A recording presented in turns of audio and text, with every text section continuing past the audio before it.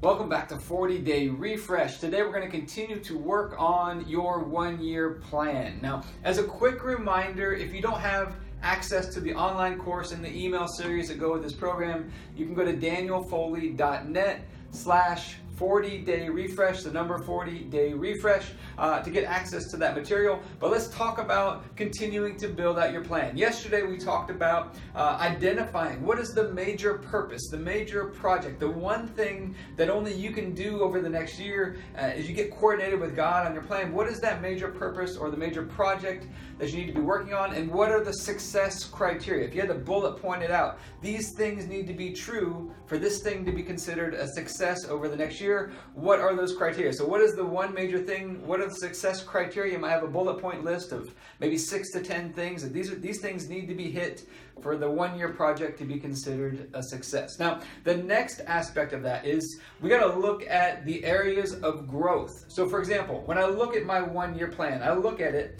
I look out ahead. For me to complete that one-year plan, to complete that one major project in the success criteria, there's probably going to be some areas of growth for me. What are the areas that I'm going to need to grow and mature in, both as a person and in my skill set? So I want you to be thinking about two key areas today. Number one is internally as a person. Am I going to need to be more disciplined, more courageous, hold myself more accountable? What are the areas that I'm going to need to grow in internally as a person? Do I need to be more consistent, to have more faith, whatever it is? What do I need to grow in as a person? I want you to write this down underneath your one-year project. What are those areas of internal growth where you need to grow as a person? And then number two, what are the skill sets that you need to grow in? So for example, if you're writing a book, maybe I need to grow in my writing skills. Maybe I need to grow in marketing. Maybe whatever it is. What are the external skill sets that you need to grow? It could be writing, communicating, speaking, health and fitness, nutrition. If you're a personal trainer in the gym here, I would say you need to grow in things like being good with nutrition, knowing exercise technique, knowing how to troubleshoot issues with clients, knowing how to coach and how to